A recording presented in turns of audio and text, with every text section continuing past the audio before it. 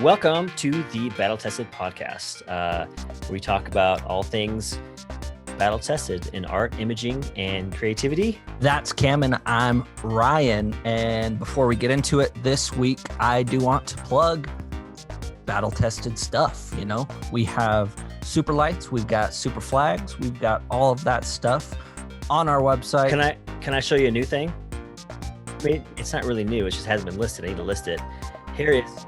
This is a baby pin, guys. Do you know what a baby pin's for, everybody? It's for small bowling sets. Almost. You could bowl with it, very, very small. So this is a standard size mounting pin for all sorts of things that mates with a C-stand or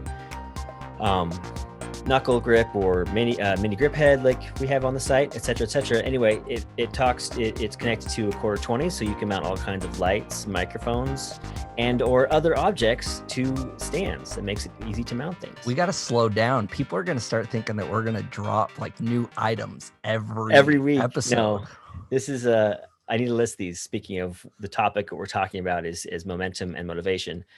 But hey, here's the story about the site really quick. So right now it's super-flags.com, and it's a site that I threw together in Wix, and it is good enough, but we're going back to the battle-tested filmgear.com branding so we can get really cool shirts, because I like the super flags and super name, but I think that it's more than that now.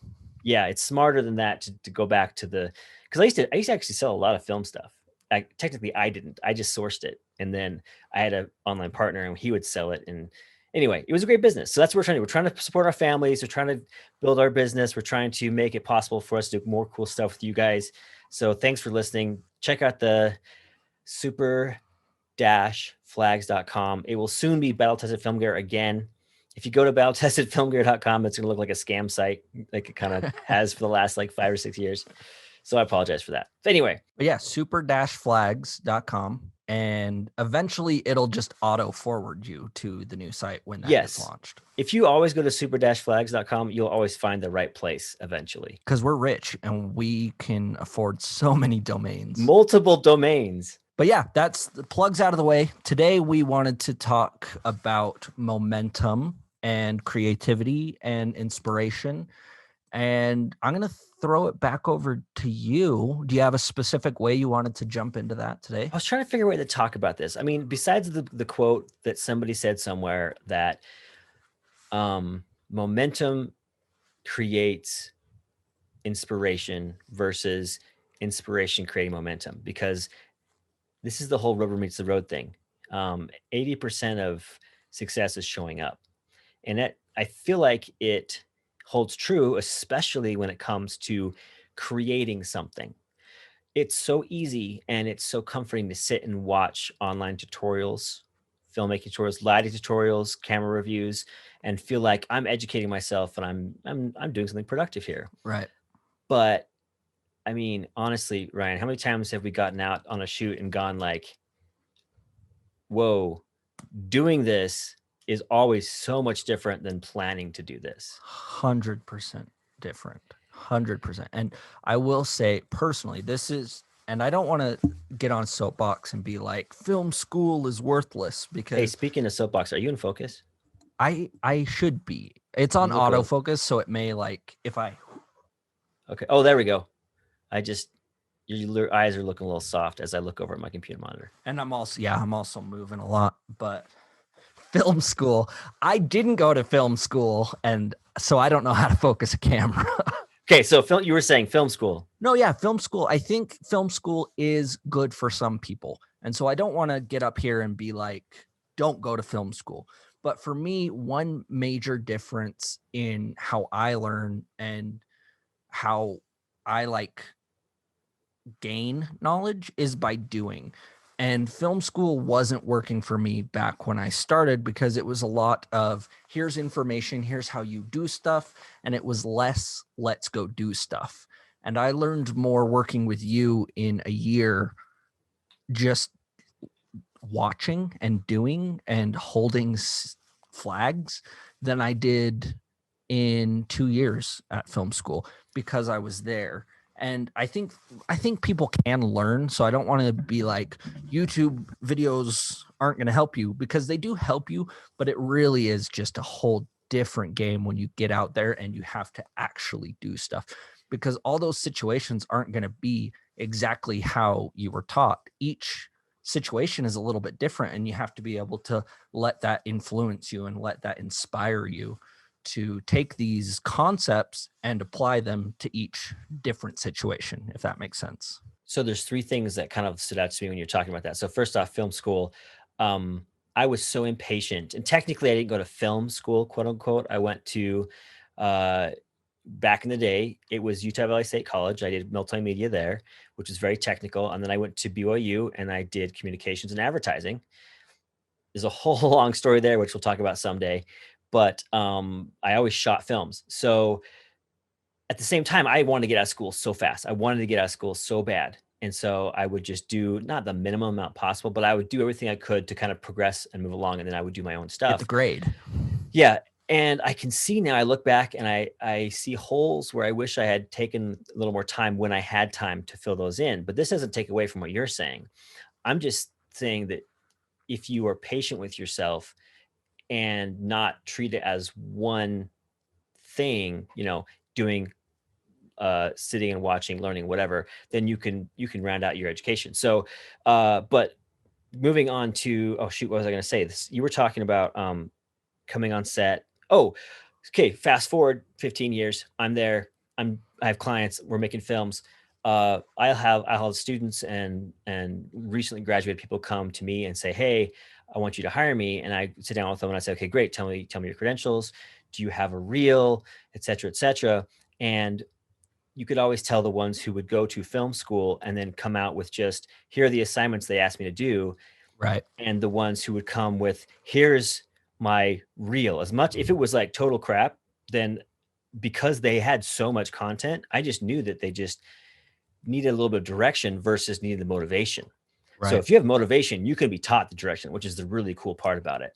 And that was one of the things with Ryan. So when I met you, Ryan, we were working on that comedy, and The you the think dragon you were getting movie, paid like in pizza or something, at least, and you know. and you showed up every day and you were on the ball, and I was like, this kid's somebody to be behind. So when you came back and said, hey, I want to do some stuff, and I was like, dude, whatever you want to do, I'll make sure you have gear or whatever, because I feel like you have something here that it's not teachable, which is really really cool. And then to then jump one more step forward with YouTube, the thing that I know that people do so well when they succeed on YouTube is they give themselves that accelerated learning curve, because to succeed on YouTube, you have to just create, create, create, create. And when you do that, you automatically learn. Yeah. You automatically get better. Doesn't mean you get so good that people start, you know, paying you for it, because you have to make Right. sure you're doing the right things. But you can it's an automatic law of nature. As you do more things, you're going to get better at what you do, which is really really cool. So we're proponents, or we're really, supportive of getting out and doing, whether you feel like you're ready to or not. That's why this isn't a shameless plug, but it is one of the reasons why I made the super lights, because I was like, I wanted a tool that didn't get in the way, right?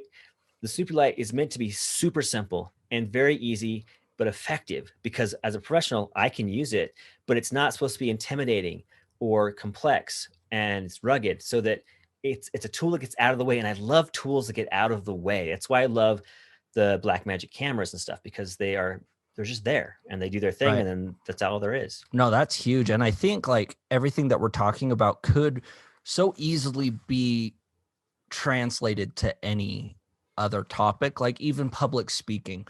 One thing that is always preached is if you want to get better at public speaking, you need to speak publicly. You need to Right. practice that. You need to do it. And you could sit and you could read books all day about how to be a great public speaker, but until you sit down in front of a camera or in front of a giant audience, it's a whole different thing. You need to be doing that. You need to be practicing that, because in that moment is when like things start to click. And maybe that's not for everyone. Maybe that is just me and like how my brain works. But I think there's not enough people are doing that these days, and I don't get it. Well, I think a big part of it is you don't know what you don't know until you don't know it. Oh, Gandhi here breaking out. Oh man. you you can watch tutorials all day long about, you have the new aperture 120 XYZ light and it has this lens on it, which then projects like this, which is cool. And you're like, okay, great. Here's how you then make a backslash. Looks like the sun's coming through a window. And then you get out there and you put it up and it acts nothing like it does on the video, because you realize that you have no idea that it needs to be at a certain angle, and the light levels in the room are different, and the atmosphere makes a difference. And there's 1,000 variables that you didn't run across because they didn't specifically say in the tutorial, here's what's going to happen in your specific situation. Or like if you're using an iPhone or a Canon on auto, as soon as you throw a light up, it totally changes the whole dynamic of the scene. So the light you put up now isn't doing what you thought it was. It looks exactly the same because the camera's compensating for it. So Right. there's 1,000 different variables you don't run into until you actually start doing it. And you got to give yourself time to work through that. And that's why they also say you don't make your opus first, because you're going to screw up until you get good at what you're doing. That's huge. And I don't think we have enough time to talk about it this week, but maybe next week we can talk about like imposter syndrome, because I think that leads like perfectly into imposter syndrome. Is that as you start getting better, you start to realize like how much you don't know.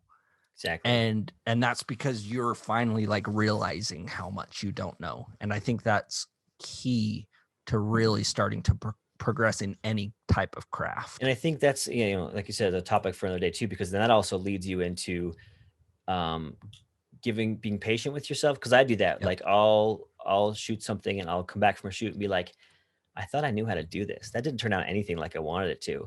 But if I give it some time and I go back a few months later and I look at the project, I'm like, oh, that looks pretty good. But in the time I was like, I didn't, it wasn't exactly like I wanted it. And whatever it was that was compensating before, it's not good enough anymore. So I have to, I'm used to that now. So it's the whatever pixie dust I was shaking on it with a new camera or something has worn off. So you got to make sure that you're always being patient with yourself and knowing that things change. Which is huge. And I think that's kind of like how we started this whole thing of you're not going to really notice those things. Like you were just saying, you'll get back and you'll watch the footage. You're not going to have footage to watch unless you're getting out and doing it. So these thoughts and these realizations and epiphanies aren't going to happen unless you take that first initial step, that catalyst that then pulls out the dominoes and everything else falls into place. All right. Well, that's kind of our 10 minutes. We've actually gone over because I didn't start the timer until about a couple minutes in, but we want to respect your time. We could go on forever, but these are supposed to be short, simple, and fun and collaborative. So please comment. Look us up on social media. We're everywhere, and we're so excited for conversations. So start that with us, start that dialogue, and we're definitely going to respond. So if you want to find Ryan, he's at Rye Gordon, Rye_Gordon everywhere, everywhere. Platform. And then the easiest thing for me is the battle_tested_film tested gear. On the Instagram, because I'm getting old and I don't do maybe the that's other ones. The thing. Maybe we're going to turn battletestedfilmgear.com into a forum, and we're going to make our own. F-Stoppers does that. That when they started, I really like their stuff, and they have a forum. Yeah, and they have Discord. Photo boards. Have you done Discord? Only occasionally. I know I've done a few Discord things. You'll have to show me the ropes on that. We should start one of those, huh? Yeah, that'd be way cool. Anyways. Thank you, guys. Back to work, right? Yes. Get out there, go create. Go do stuff. That should be our tagline at the end. And we'll say, I love it. Go do stuff at the same time. At the same time. Okay. Go do at the same time stuff.